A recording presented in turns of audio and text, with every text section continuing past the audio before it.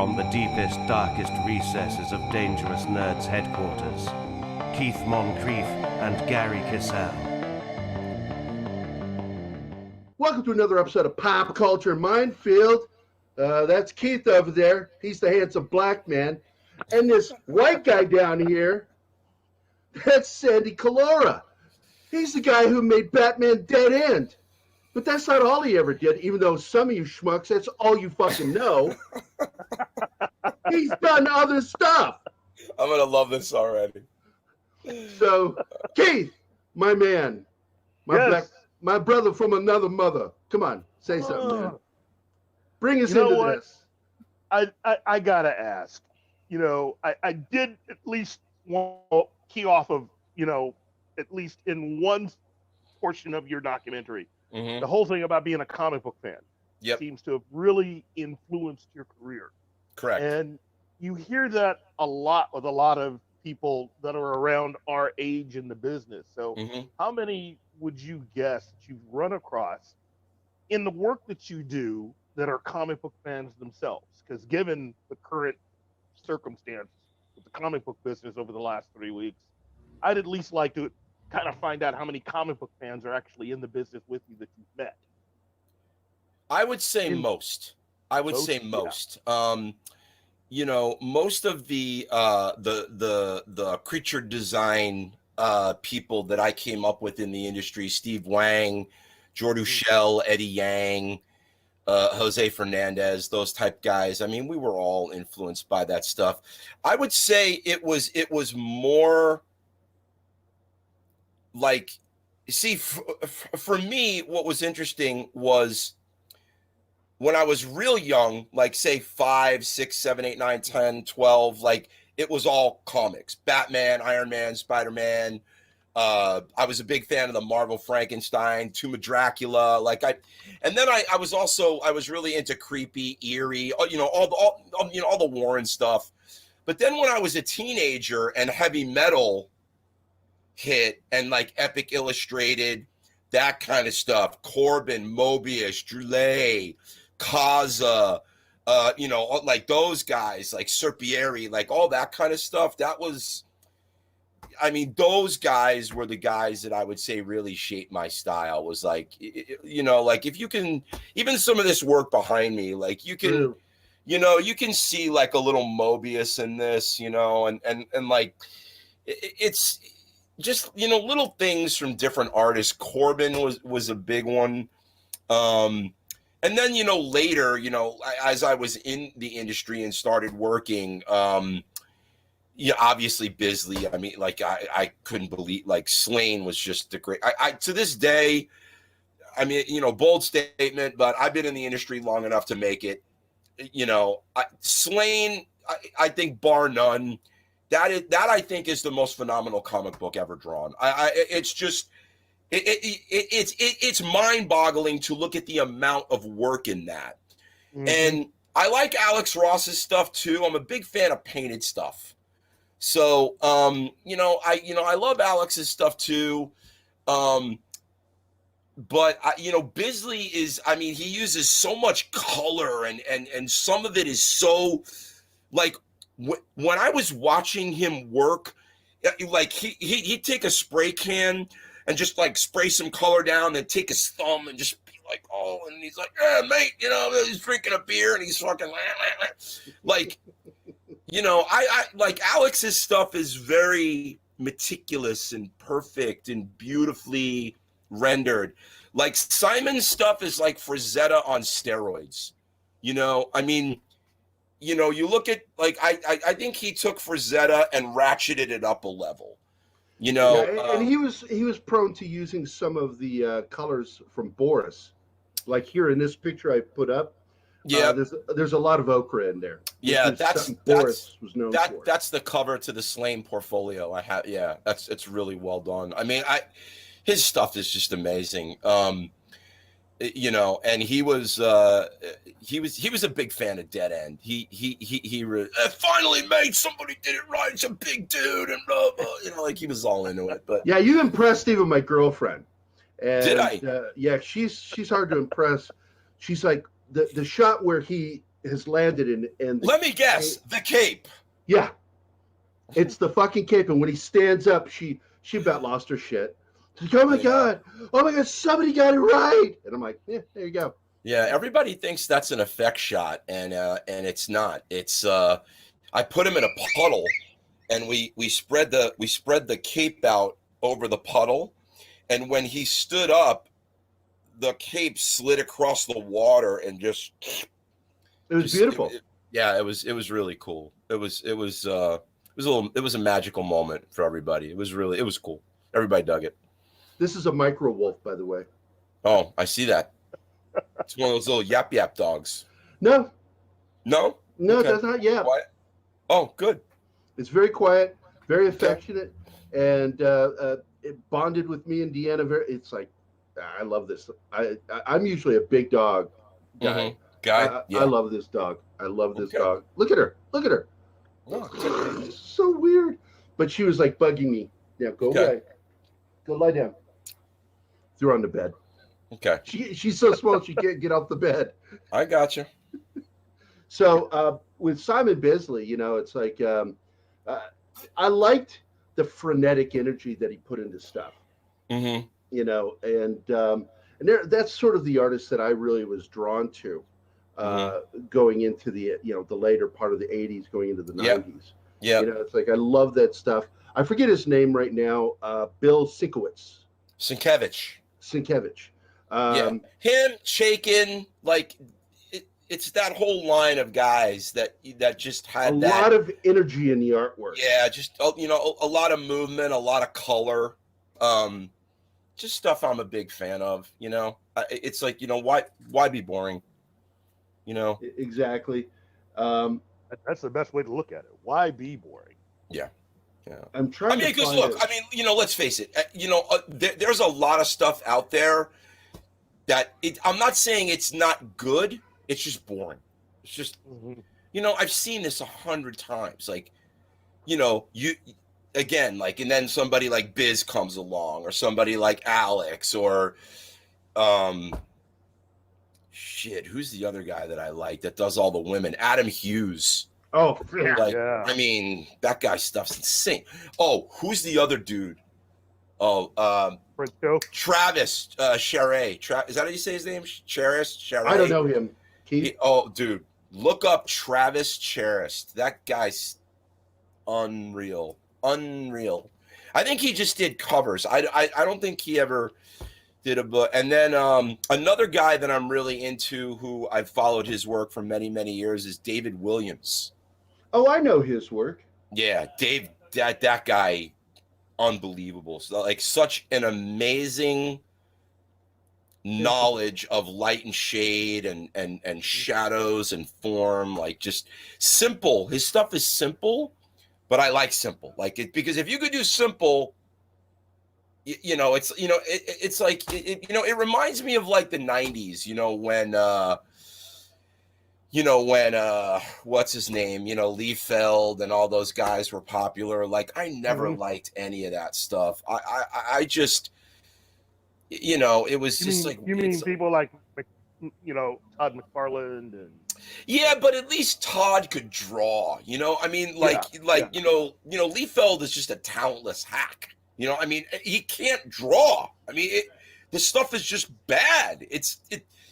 How those books got popular, Young Blood and all that bullshit, those are bad. That's bad. He did two things. He's a good creator, and he can't draw. I never said he wasn't a good creator. I said he can't draw.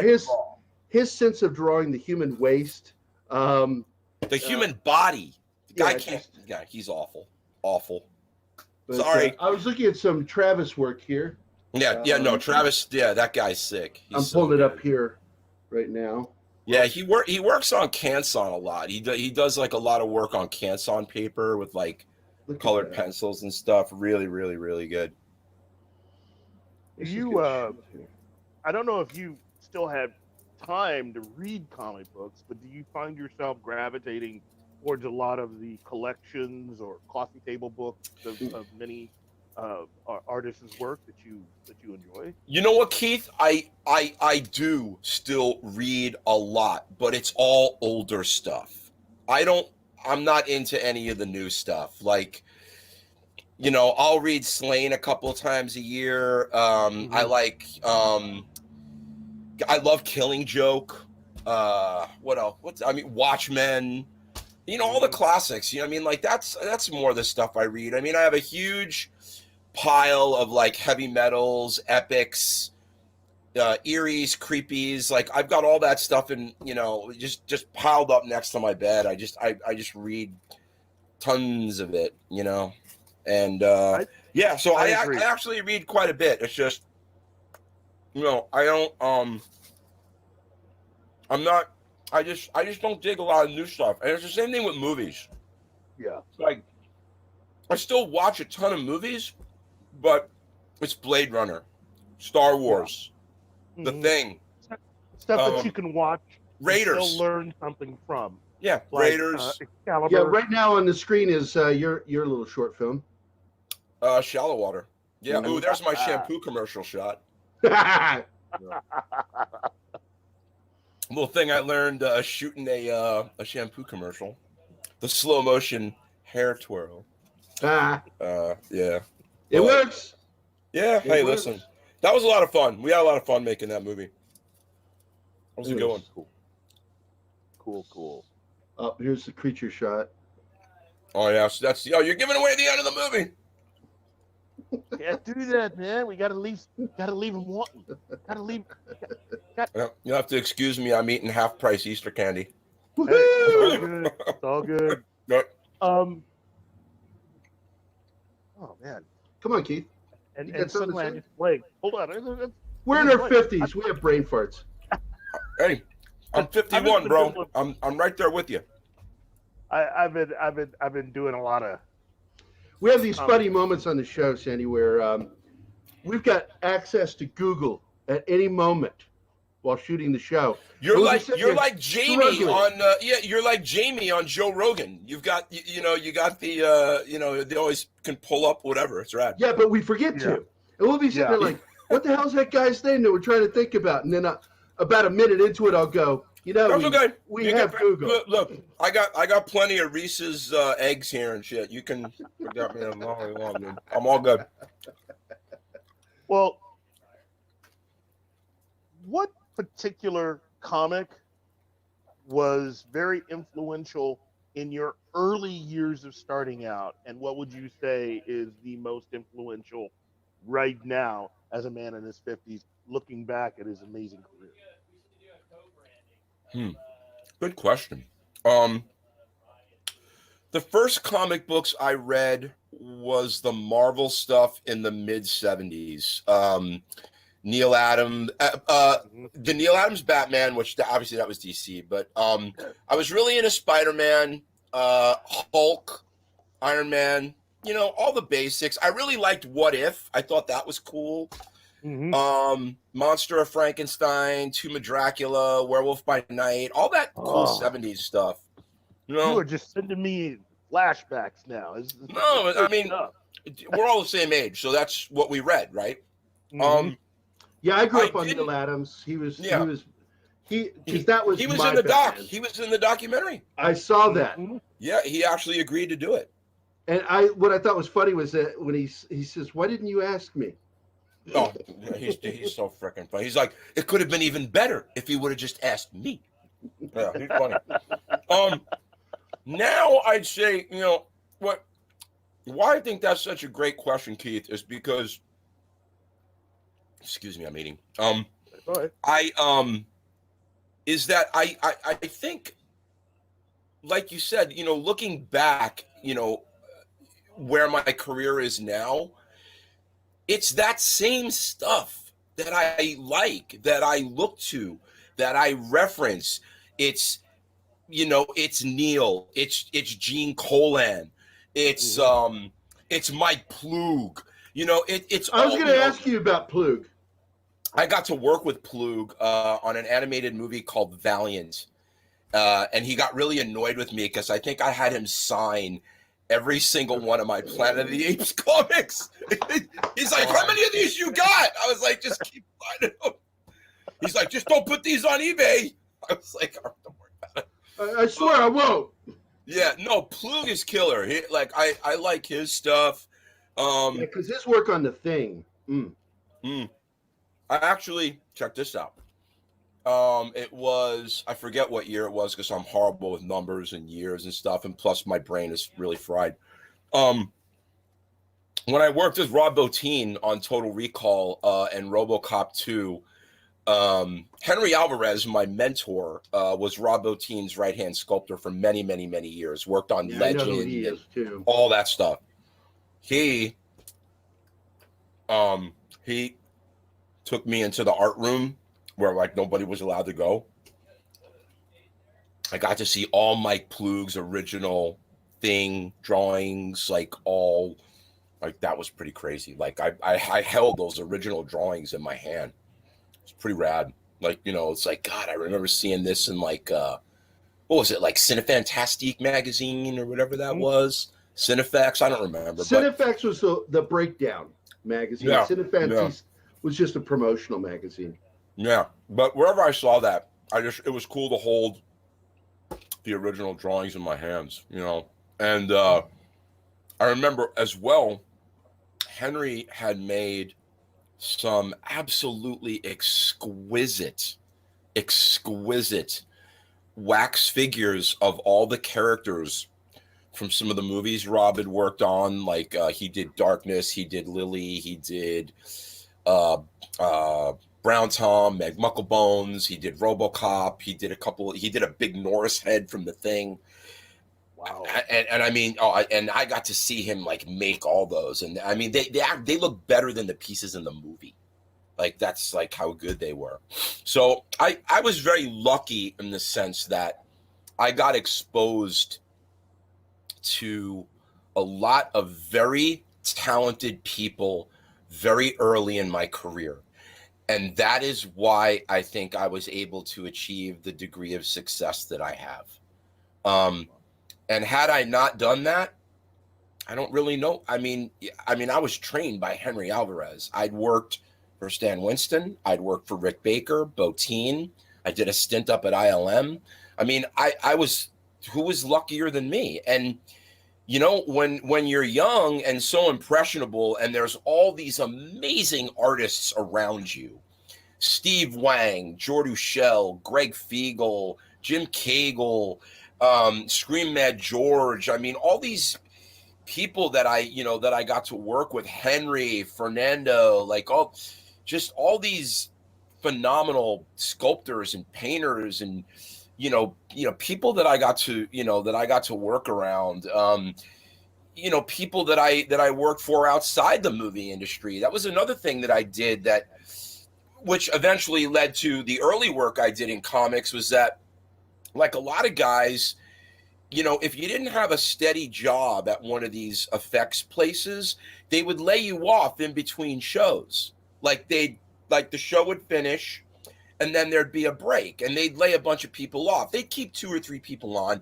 but I was never good enough, to be one of those guys, or I just, I never fit into the political hierarchy of all the bullshit that was going on there. So what I would do is I would go do a comic book cover, or I would go sculpt an action figure. Or that was when I met Gary Goddard, and the guy who directed Masters of the Universe. Yeah. And I did a ton of shit for him.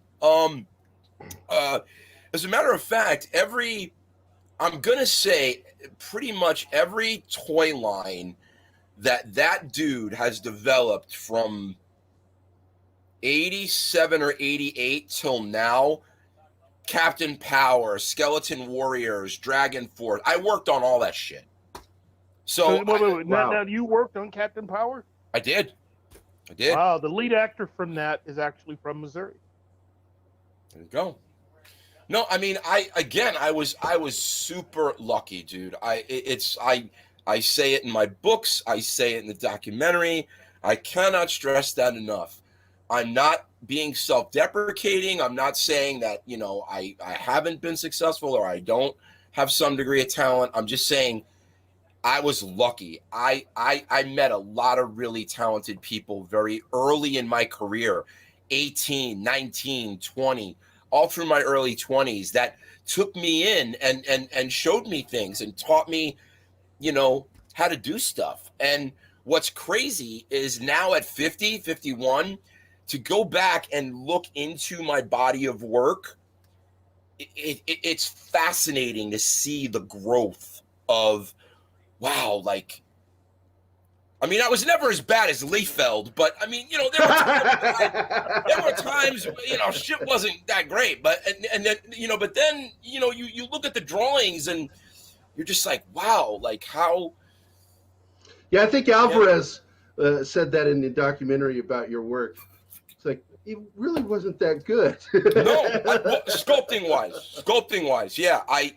He looked at my portfolio and he saw all of the drawings I had done, all these creature designs, and he says, look, I can introduce you to Rob Bottin and you can draw and I was like, look, I want to learn how to make this shit. Like, teach me more about sculpture and how to make molds and how to paint stuff. And again, between guys like him, Steve Wang, Eddie Yang, I mean, I just learned how to do all that stuff, and it was I was very fortunate, very, very fortunate.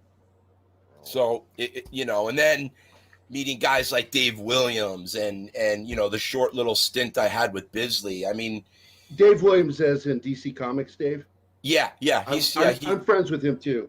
Yeah, he's my brother from another mother. That guy, he's the coolest guy ever. I interact with him a lot. Yeah, I also know Jerome Moore. Do you know Jerome? Mm-mm. Ask Dave to send you some of Jerome's stuff. He's been. I think he's a little older than us. He's been working for Marvel and DC, both on the comic book side and the animation side for the better part of 30 years. I mean, He's really good. I mean, when I first met Dave Williams, he was working at Warner Brother Consumer Products. He was working there, and he was working with Jerome Moore. And I want to point out with Dave, that is a top-notch Batman artist right there. Oh, phenomenal. He loves Batman, dude. Oh, phenomenal. Yeah. That's how I met Dave. A mutual friend of ours was talking to him one day, and Batman Dead End came up. This was like very soon after it came out. And it was our friend Damien, who was actually the guy who played Thanos in the first Avengers movie. He was talking to Dave one day, and they were talking about Dead End. He's like, oh, Sandy's my homie. I see him at the comic book store every Wednesday. Da-da-da. He's like, no, you got to bring that dude here. So, yeah, he brought me over to Warner Brothers, and I went over there and hung out with all those guys. It was a lot of fun. From what I remember, it was a lot of me watching Dave and Jerome play Soul Calibur because they were really into video games. And I've never been a video game guy. It's just never really been my thing. I'd rather be outside surfing or fishing or diving or doing whatever. Well, you're the other nerd. A lot of us are indoor guys. It's like, I've been playing video games since '74. I was always the nerd that could twist you into a pretzel, Yeah. Well, that's the other thing. You prove the point that I talk about all the time, because all my best friends, I'm still close to them to this day, that I grew up with. We were nerds. We were Poindexter-looking dudes, but we could fight. Oh, I was a Poindexter-looking dude, bro. If you saw pictures of me from 7th, 8th grade. I've seen a few pictures of you young. But I got to tell you, there's a mistake that's made by people in TV and film. They depict nerds as like these guys that are just so pansies. And it's like, no, we grew up hard knock Catholic. I was hard knock Catholic. Yeah, same here. Yeah. We were fighting. Jim Woodward he's also, he runs the Facebook page for this show. Oh, and cool. He and I grew up together. And I'm still close to all my childhood friends. And including one of the producers on the show, Craig Edwards.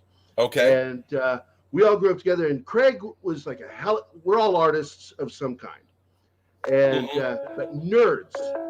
And somebody made the mistake of thinking that nerd means that you're a pussy. Yeah, that's not really true. No, it's not true. But shows really depict us that way, and it annoys me.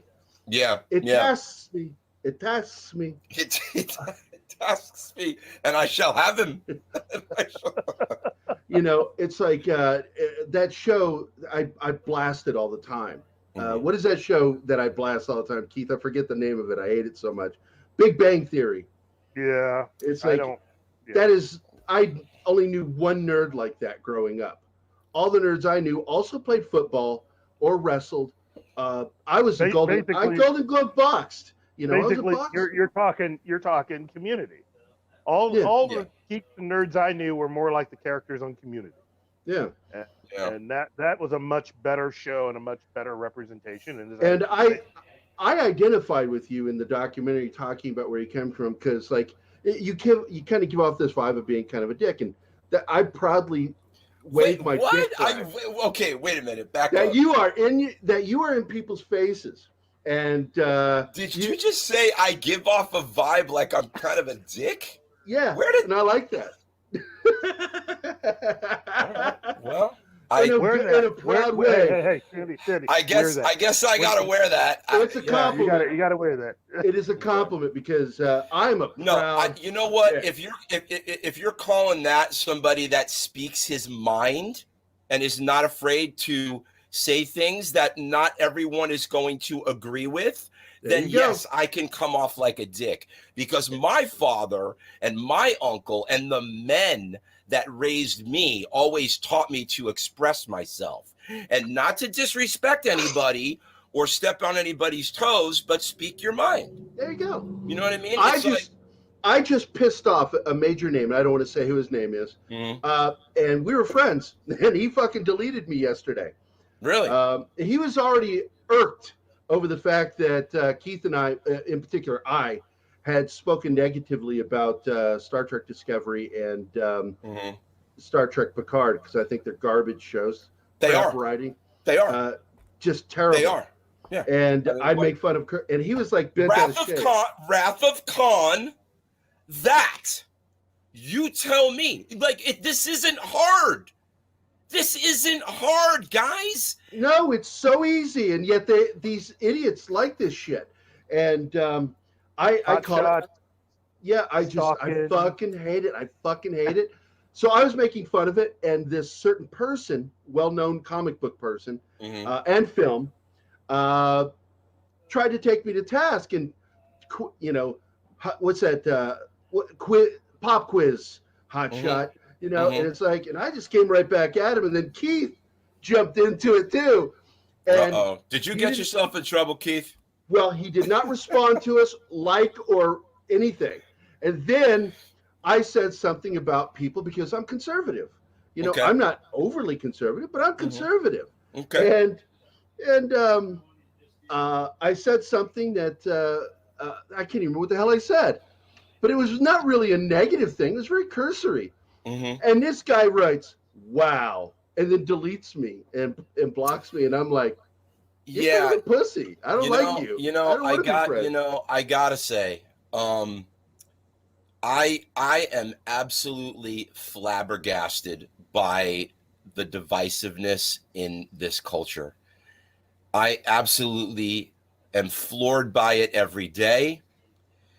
It's hard for me to believe that when I was a kid, my parents would invite over friends of theirs that had kids, and we would be out in the yard playing, and they'd be barbecuing and stuff. And they had very different political views than my parents had. And they would just talk. And they're just talking, eating hot dogs, having a great time. And they went home, and that was it. It wasn't like the other side is evil. It's just, well, we don't agree with these people. But that's where they are today. That's where they are today, and I don't get it. I can tell, I'm not a political dude. I'm not. But I'll tell you this.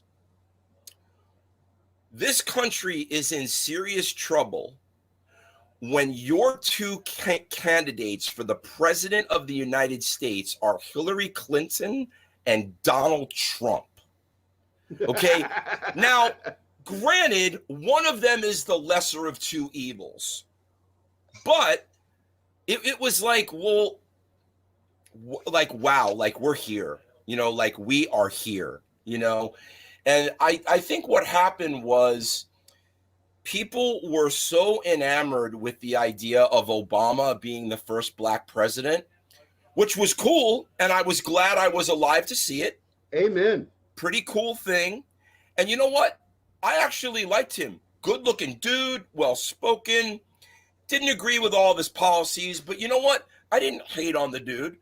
But you know what? Now Trump gets elected and everybody's, you know, the other side's hating on him.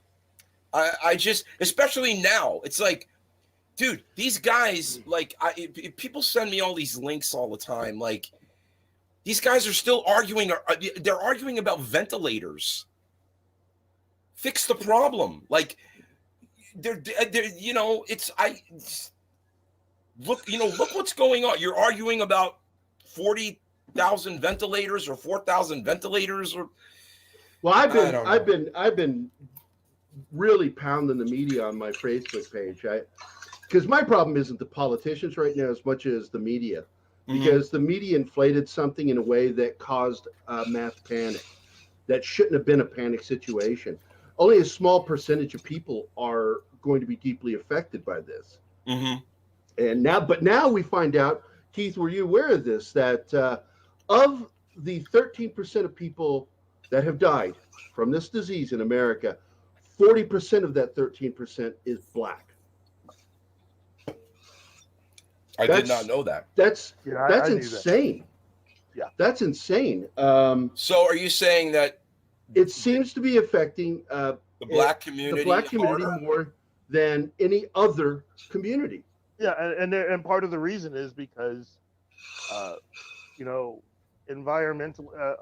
A majority of people that live in areas that are not environmentally good are people of color, people in the black community, people and Latino community. The gentleman also from the black community spoke today, and I want to say it before I forget it. He said that they often live in densely populated areas and homes, that there are more people living in the home than in other households that have more money, better economic areas. I think we're seeing that across the board these days in this country, though. I mean, I really do. Yeah, and I just think, for me, I mean, looking back on where I was born and where I initially grew up, I mean, the air quality was not the best, and that seems to be par for the course. And so you're going to have higher incidences of children born with lung disease and other afflictions. So yeah, of course, this is definitely going to affect a lot more people of color. I don't really see it as anything other than just that. You know, I know I've heard some weird theories, and it's just like, okay, well, that's fine, but I just you know, I mean, I think, you know, Keith, I think they're going to throw a lot of stuff like that at us in the upcoming months, and it's just up to us as a culture to kind of sift through it all. And try and figure out what works best for us as a planet, you know, as a community of human beings. You know, well, I believe there's something to be learned from the movie The Thing. You think? And what is that? Canned foods? I suggest we all eat out of cans. That's what I do. Dude, ever since I told you, if I don't prepare it, I eat out of a can. Tough that times, movie affected man. me too much. Now I'm going to point out that politically, watch Clark. Watch him close. Do you hear me? I'm feeling much better now. Yeah, I want to come back inside. I'm feeling much better now. Look, I'm not going to hurt anybody. I want to come back inside. See, he's all drunk. He's all, watch Clark and watch him close. Do you hear me? That movie's great. It's my number 2 favorite film of all time. Number 1, Blade Runner. Hey, something we got in common. No, you know what's interesting about Blade Runner? I tell my girlfriend this all the time. It's not my favorite movie of all time, but it is the best movie ever made. I think Blade Runner is the best movie ever made. I think Cinematically, it's the single most influential film. absolutely. I think Blade Runner is the greatest artistic achievement of the 20th century. That's what And that's I'm my 100% opinion. agreement. Now, Keith, tell him who I am with Blade Runner. This is a little known fact that people will approach me and go ahead. Gary Cassell is the man. Well, one of the people, but is the man that ran Blade Zone. The Blade Runner fan Blade club. Zone. No, Yeah. you were that dude. I'm that dude. Yes. That's Blade crazy. Zone. I started Blade Zone as a sub page, like on GeoCities Fire. They put you in Dangerous Days. You were in Dangerous Days. Yeah, I'm not personally mentioned because I put Gary Willoughby in charge. I said, Okay. I'm done. I've got to focus on my art career. Mm-hmm. You take over and I'll help. Now I run the Facebook page. Oh, because it's easy for me to do. He runs but it's so funny because we're such a tightly knit community. All the friends I made through Blade Zone in the 90s are still close friends of mine to this day. And but I digress. I was going to point out politically, Keith is a liberal, and I'm a conservative, and we never argue. We've discussed, and we get along. He's one of my best friends, one of my closest friends. We can talk for fucking hours. I don't agree with half the shit he says. I know he doesn't agree with half the shit I say, but we respect each other. We love each other. You know what? For me, it's just being a kid that grew up in the 70s. Which was arguably the greatest decade ever to grow up. Fuck yeah. Right? I knew a lot of people. I knew a lot of kids that, I knew kids that loved DC. I knew kids that loved Marvel. Then you had the weirdos like me that loved both. I could never really make up my mind between the two. I did. But we could all agree that Bruce Lee just kicked too much ass, or that we could, watch the latest episode of The Magician. That reminds me. My first comic book I ever bought was Bernie Wrightson's Swamp Thing Batman crossover. Yeah. Was what? Was Wrightson? Swamp Thing 72 Bernie. And I met Bernie. He signed that book for me, and I hung out with him. I have photos of him and me together before he died, and I was my daughter's with him. We became friendly with one another. He bought my book, and want to hear a cool Bernie Wrightson tidbit? Yes, I fucking do. His son John Wrightson is a phenomenal sculptor himself in his own right, and he worked on Shallow Water. Really? Okay. John Wrightson worked on Shallow Water. That's Bernie's kid. You need to send me some of the pictures or something. I'd love to see that. You know what? When we're done, send me an address where I can drop you guys some books and some Blu-rays and whatever, and I'll hook you guys up. Okay. Yeah, that's the other thing about you that I really admire. You found time to put together books, and you are technically, in my opinion, my Phil Collins. Because I loved Phil Collins until he became popular. And then everybody's like, Phil Collins this, Phil Collins that. I like the fact that I know who you are, and I'll bring your name up to people, and they'll go, who? And I'll go, right. Yeah. You're not a good nerd. Only good nerds know who you are. Yeah, what's interesting about the books, Keith, is that my father, who was a world-class chef, was an educator. He worked for the City University of New York, and he taught culinary arts, and he worked in the hotel and restaurant department management for 30 years. Wow. And he also filled in for a lot of these, these big name chefs that, would go on vacation for the summer because he worked at a college. So he had his summers and his holidays off. So he would go fill in for these chefs, and he's just a fantastic guy. And he told me one time, he said, a big part of being a professional is sharing your work with the younger group of people that is coming up in your stead. And I always remembered that. And I thought, there's something there. And I'm going to make a point that, again, I've taken a lot of shit for this, but I do believe it's true. Because the books come up a lot, and my online classes and all that stuff. It's cool, and that's why I say I wanted to do that, is because I wanted to give something and share, being the key word, with the people coming up in my stead, right? But in interviews, they always reference it as, giving something back to the industry. What did I take? Yeah. I didn't take anything from that industry. I worked my ass off for everything I ever got. Nobody gave me shit. So that part of it bugs me, and I'll always make a point of it to say I'm not giving back, I'm giving. It's like it goes back to words, right? It's that's how we communicate with people. Now, we're fortunate because we can also communicate through our art, but for the most part, people communicate with each other through words. Okay. I think there's a big difference between giving and giving back. I didn't take anything. There's nothing to give back. I'm just giving. This is what I'm giving you. It's the same thing when people tell me, "Oh, dude, you look great for 51."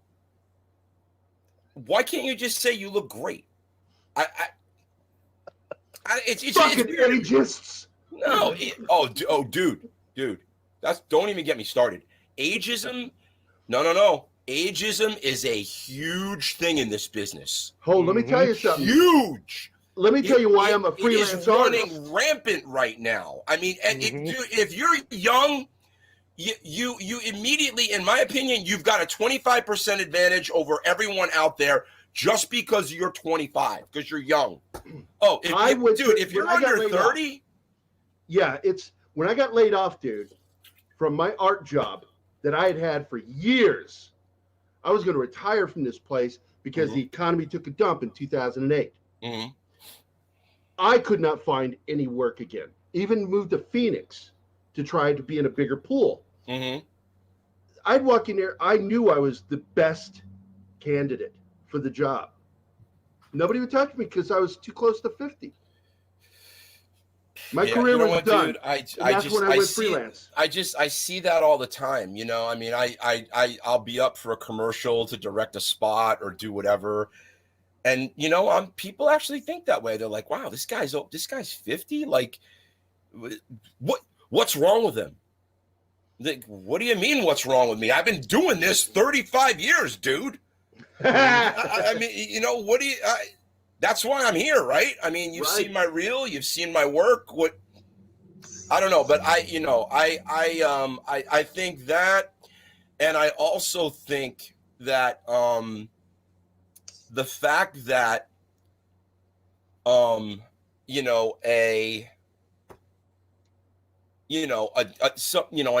19-year-old kid can make 25 grand a month on YouTube making videos of him playing video games.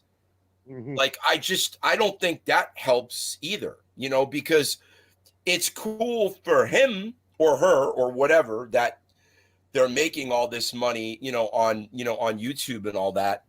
But, that gets brought up a lot, believe it or not, in all these interviews I do or whatever. Like, people always talk about, the streaming platforms and, YouTube in particular. And I always get asked, oh, why don't you have a YouTube channel? And it's like, well, I do. It's just I'm not as active on it as most people. But the thing is that what I find interesting is that the money that people generate off of YouTube is all ad revenue. So in other words, you really don't know if people are clicking that button and watching your video if they had to pay money. YouTube is free, doesn't cost anything. So you take that guy that's got 1 million followers and makes all this money and tell people, you know what? That click is now $1. Every time you click on one of that guy's videos, it's $1. How many people do you think are going to do that? To me, that's the question we all need to be asking ourselves, because I'll tell you another story that was really interesting. Now, Batman Dead End was made in 2003. YouTube was launched in 2004. Now, a lot of people don't know this, but Batman Dead End, the first year that YouTube existed, was one of the most popular things on there. Now, it wasn't YouTube as we know it now, because it was in its infancy and people kind of weren't with it or whatever, but it was popular on there. I remember sitting in a meeting. It was at New Regency at Fox. And, you know, I was, you know, obviously I was frustrated. I wasn't getting a job. My name was on the tip of everybody's tongue in the industry after Dead End, and I couldn't get arrested. So I was getting pissed. So I said to one guy, I just started to kind of, you know, get frustrated with the whole thing. And I said to this guy, I said, look, dude, I've made Batman Dead End, World's Finest, all these commercials that I've done. They've all been made for like no money, nothing. Like they've been made for like micro budget. What makes you think that if you give me more money, that I'm not going to be able to do something amazing? Like, why doesn't your brain work like that? Know what the dude told me? He goes, well, people are downloading your movie for free. We don't know what the monetary value of Batman Dead End is. And I stood up in the meeting. And I said, motherfucker, have you ever been to a comic book convention? And he kind of he goes, no. I said, you should go and see how many people are selling bootleg DVDs of Batman Dead End. Then you'll see how much money that fucking movie's making. Because people out there, not me, mind you, because I'm, you know, obviously I'm legally bound. Legally not allowed to. Right. Okay, but there are people out there that have made quite a bit of money off of my back. And that's fine, because that movie put me on the map, and I'm not going to complain about it or cry over spilled milk. But the facts are the facts, and sometimes people don't want to listen to the facts. And I think that references back what you were talking, Jerry, about like, oh, people, I can come off the wrong way to some people, harsh, brash, whatever, because they don't want to hear the truth, dude. They don't want to hear what's really up. It's like, how come you haven't directed a big feature yet? That's why. Because people they didn't know what to do. They were just like, here comes this guy with all this confidence and all these scripts and all. I mean, my reel was deep at that point, because you got to remember, I had directed 2 shorts before Dead End, which were very successful. I was directing commercials for Level 7. I was already directing international spots. I had directed 2 spots for the World Cup, the Soccer World Cup in Japan. I was signed to a commercial agency that had, guys that were directing features in it already. So it was just kind of, it was just, I wasn't willing to do the junk that they were giving me. And I kind of stuck to my guns to say, like, look, if I'm doing this, I'm going to do it my way, and I'm going to do my movie. So, after 3 or 4, 4 years of pitching movies, I was telling somebody this morning. I was just like, I had to say to myself, I came to this town to make movies, not pitch them. I need to go make a movie. So I went and made Hunter Prey. I used my own money. I raised a little bit more money, and I went and made Hunter Prey, and, it is what it is. I liked the movie. I didn't know who you were that well early on, and I got that movie, and I thought, that's a really good movie. Thanks, man. Yeah, no, it's old school sci-fi. It's not a lot of special effects and a bunch of crazy shit, but it sort of is what it is. I've been following you since MySpace. I started not following you, but 2004 is when I saw Dead End. Okay. And I'm like, who the fuck is this guy? This shit's brilliant. And Exactly I what was excited too that you got to work with Koenig, before he died. Andrew, yeah, what a shame. And, Dude, yeah. that guy came to his audition in a purple suit. I'm not surprised. Swear to God, dude. I'm not surprised. It was epic. He knew it was for the Joker, so he showed up in a purple suit. That's funny. God, your Joker was spot on. Everything Super was fun. so fucking good. Just a lot of fun. And when also in the documentary, I liked that was brought up because I remember the first time I was at Wizard down in New Orleans. I was Wizard World? I was a guest artist at their show, and I saw that Red Predator. Big Red. Yeah. Yeah, that's a toy now. Yeah. I'm like, it was a toy. That's an official toy. And I'm like, holy shit. From an 8-minute movie that's got like 30 seconds of screen time. Yeah, I was like, holy shit, that's from Batman Dead End. Yep. And I'm like, I hope he gets some money for that. No, because you didn't hold rights to a goddamn thing. You got to make something like, I love Shallow Water. And that Shallow Water is not feature length. And it annoys me. It annoys me. That should be a feature length film. It will be. Better it will be. It will be. Take my word for it. Someday it will. I'm confident of that. Just because I haven't released a film since then. I mean, it hasn't really even been that long, but it doesn't mean I'm out of the game, so to speak. I mean, I'm still talking to people. I'm still, this graphic novel that I'm working on is going to be really something special, and I'm very excited about it. It's going to be presented in a way that no one's ever seen before. The format is very, very different. And it's a story that I think a lot of people are going to fall in love with. And I'm really excited to get it done. I'm going to launch it on Kickstarter probably in the fall, like after the summer.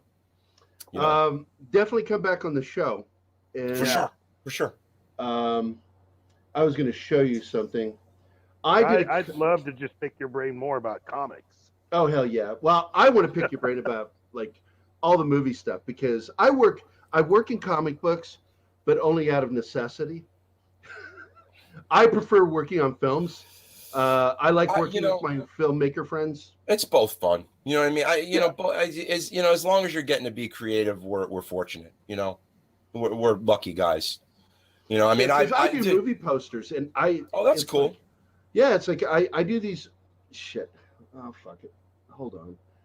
Well, I've done my share of films. I've just had my head kicked in way too many times.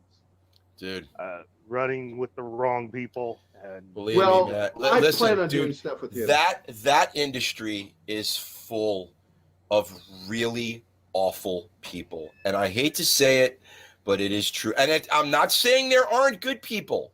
Yes. There are good people in that industry. I've met a few of them, but most of them are just not good people. And they're not in it for the right reasons. They're not in it for the art. They're not in it for the creativity. They're not in it to make cool shit. They're in it to make fucking money. Yes. And that's the problem. That's why when everyone says, "Oh, why aren't there any good movies anymore?" Because people are too concerned with making money as opposed to a good fucking movie. Let's make another Star Wars movie. Let's make another Avengers movie. Let's make another this. Let's make another Harry Potter. Let's make another Michael Myers movie. Let's make another Freddy movie. Let's remake this. Let's remake that. Fuck that shit. Where is all the new shit? And don't get me wrong, dude. I love all that stuff. I love Predator. Yes. I love Alien. I love all that stuff. But where's the new one? Where's our generation's Predator? Where is that? Exactly. It's right there on the wall behind me, but they won't let me make it. That's right. And so, Sandy, you got to go make it. Hey, capiche? Find me some money. I'll go do it. You know what I'm saying? I'm done. I'm done putting my own money into shit. That's Amen. over. You know, Well, I got to tell you, I look at going to the public because I funded one of my books. On Kickstarter or yeah, I fully funded it, but I fired all the writers because I love them, but they totally misunderstood what I was doing, and I went back and I've rewritten it, and finally I brought another comic person, Barry Branscombe, to work with me on this new one. You ought to have me write something for you. Fuck yeah, we'll talk after the show. But I want to introduce you to my girlfriend. Okay. This is Deanna, who loved Batman Dead End. Hi, Deanna. How are you? Yes. Say hello. Hello. Okay, fuck off. Go get groceries. I did the grocery shopping. She has to pick it up. He's a sweetheart, really. He is the world's nicest guy. No, it's a fact. Tell him I'm a dick. Yes. I'm a dick. I'm a flag waving dick. I want to point out girls like tough guys. Yeah. Real girls like tough guys. Yeah. And I'll back my shit up. But because I've threatened kids over my daughter. I raised my daughter by myself until she's an adult now. And but she would love to cosplay. And she was 13, putting on sexy Harley Quinn outfits. She'd make them herself, and it really bothered me. But I didn't want to interfere with her creativity. So, but I was a hover, and like we're walking down the stairs at VisionCon, and this one 16 or 17-year-old kid, this other kid turns and looks at my daughter's ass. It says, "Look at her ass." And I grabbed him by the arm on the stairwell. I said, "I've killed people for less than that. That's my fucking daughter, and she's 13. Oh, I'm so sorry. I'm so sorry. It's like, you better be. Yeah. I will beat an ass.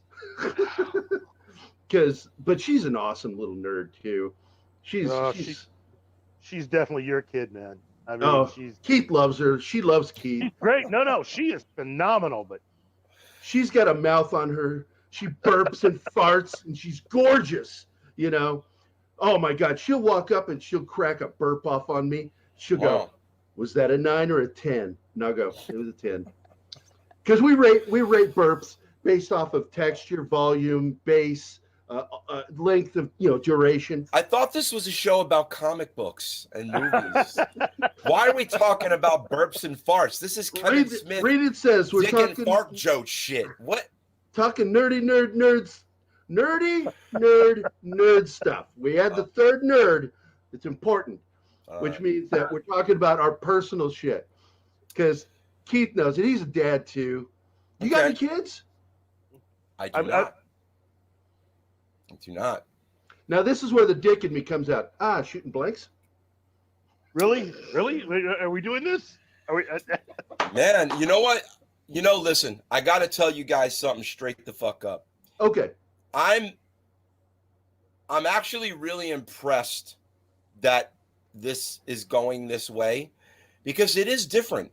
And it's not Batman Dead End, hubby, and you're not asking me what the cape was made out of and how many scallops were in it and all that. We already know all that shit. So no, it's just it's cool. No, I don't have children because a lot of I obviously, when you're our age, a lot of my friends have children, and my brother has 2 kids, and I've always felt that my work, it was sort of like my children, and that's what I have to fill my time with. And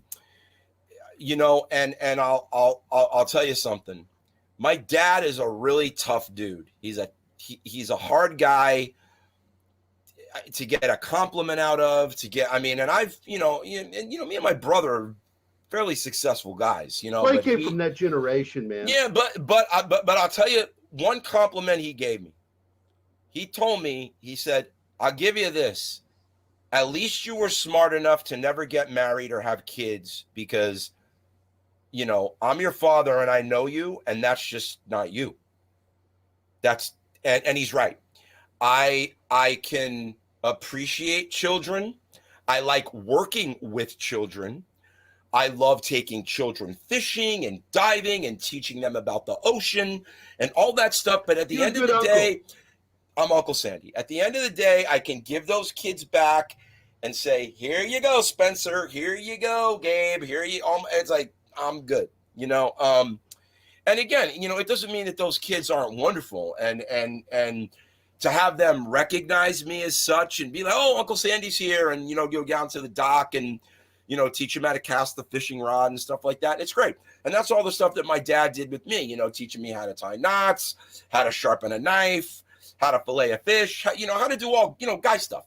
So, you know, I think it's important for, you know, children, you know, whether you're, you know, whether you're a little girl or a little boy, to have positive role models in your life that can show you these things and keep you off social media, you know, enough, you know, to where you can learn how to, you know, live your life and contribute something to the world. Exactly. Besides, you know, look how hot I am on Instagram. Yeah, you know what I mean? Glued to a device is just so annoying. So I'm big on that, but I just don't think I can handle kids, especially at my age. I just don't think I'm cut out for it. I'm done. Yeah, I got a dog. I'm just not cut out for it. I got a dog. I'm done with kids. My daughter's like, have another kid, Dad. And I'm like, no. Look, you know, girlfriend is great. Girlfriend's fine. Like you know, I'm red-blooded American man, just like everybody else. But I mean, it's just never been my bag, you know, and you know, I've never,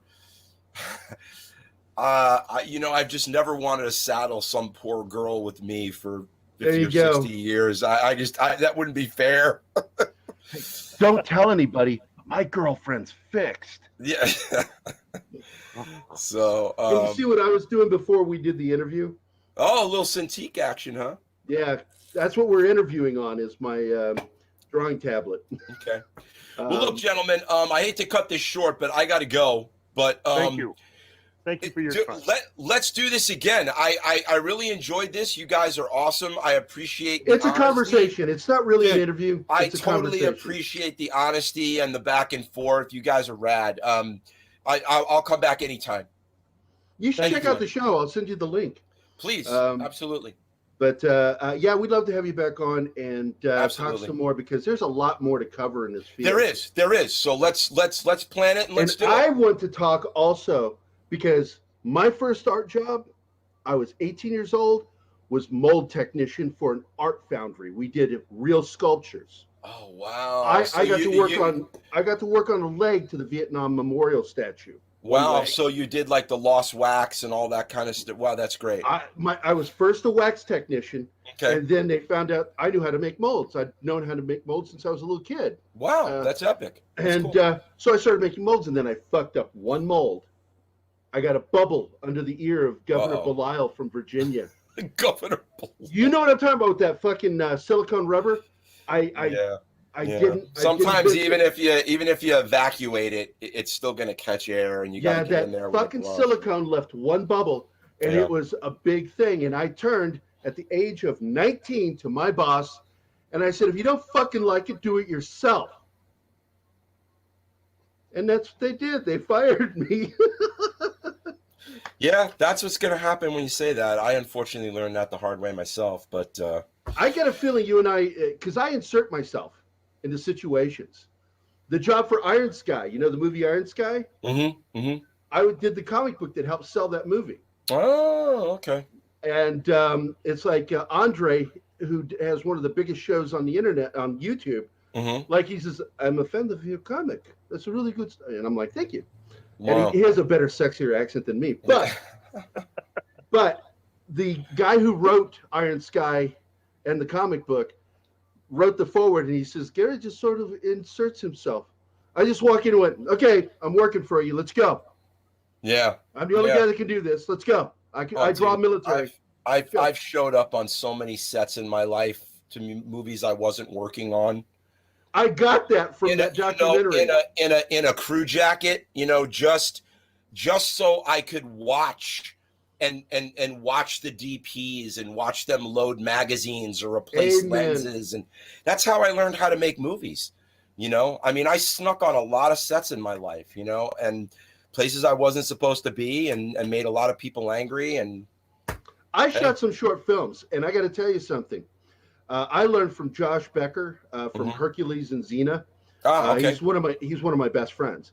Oh, and cool. I learned from him. I've worked on everything since '97 that he's done. Wow, very cool. And God damn it, I hate fucking actors. I can't stand them. And it's like somebody says, "Do you want to direct this film?" And I'm like, "No, You no, know, I don't." I've grown to love actors over the years. I really have. And again, I've been so fortunate. I've just been fortunate to work with some really incredible people. And it's not all actors. So I better Yeah. add to that some of the actors I worked with were really good, but Mhm. it's that handful of fucking assholes that made it a fucking nightmare. Yeah, but isn't that true of every profession, though? Wouldn't you say? No, as an artist, I work alone, so no. All right, I work- boys. This is my studio. All I've right. been isolating for years. On that note, I got to bail, but let's do this again soon. And thank you very much for the opportunity. You guys have been great. I appreciate Sandy, the we questions appreciate you and- coming on. It's like I want to get the Chiodo brothers on here at some point too. I can talk to Steve or Charlie, and I can arrange that for you. Well, I know They're Charlie really- through yeah. Facebook. Yeah, But they're really great guys. They're Tell great. them they should come on because I will. They're fun. I've guys. been a fan of theirs since fucking forever. Killer Clowns and all that stuff. I mean, yeah. I No, raised they're- my daughter on that shit. Yeah, they're cool. They're cool. I'll talk to them. You guys get me an address where I can send you books and Blu-rays and action figures and all that, and we'll talk soon. All righty. Thank you very And much. All right, bro. everybody, thanks for showing up. Get the fuck out of here. Hey guys, thanks for watching Pop Culture Minefield. If you've enjoyed the show, please remember to like and subscribe, and don't forget to hit the bell icon. Remember, you can find us at Pop Culture Minefield on both Facebook and Instagram. Thank you again.